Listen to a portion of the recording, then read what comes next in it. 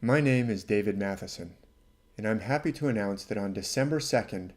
I will be presenting a 90-minute, interactive, web-based course in conjunction with Ananda University, exploring the celestial foundations of the world's ancient myths,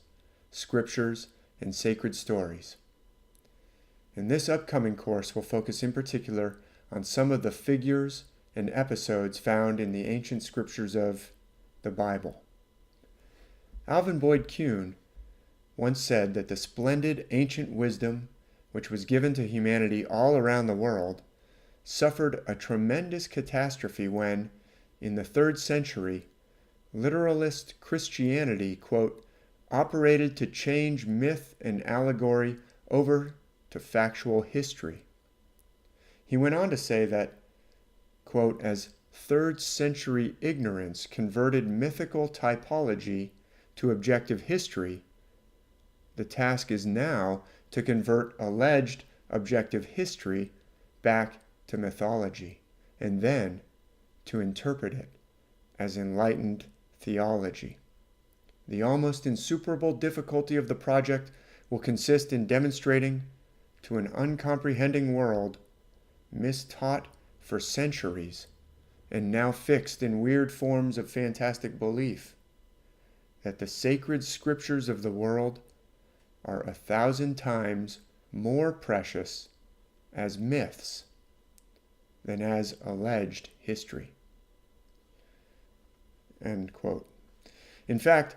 I have found overwhelming evidence that the myths and scriptures of the world can be shown to be built upon a common, worldwide system of celestial allegory in which the characters and events correspond directly to celestial figures, including the sun, moon, and visible planets, but most importantly, the stars and constellations, and their intricate cycles and motions. As Alvin Boyd Kuhn says in the quotation above, we have been mistaught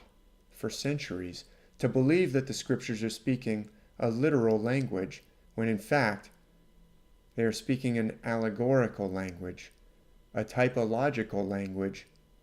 an esoteric language, and a celestial language. When we begin to understand how this language works, we begin to realize that the ancient myths and scriptures are using the heavenly cycles in order to teach us powerful truths about this apparently material body in which we find ourselves, about this apparently material universe through which we are journeying, and about vitally important concepts such as spiritual birth, the higher self, blessing versus cursing, and a host of other profound matters. The ancient myths and scriptures are like a precious inheritance given to all men and women, but we are much more likely to be able to understand what they are saying if we listen to them in the language that they are actually speaking. Like any language,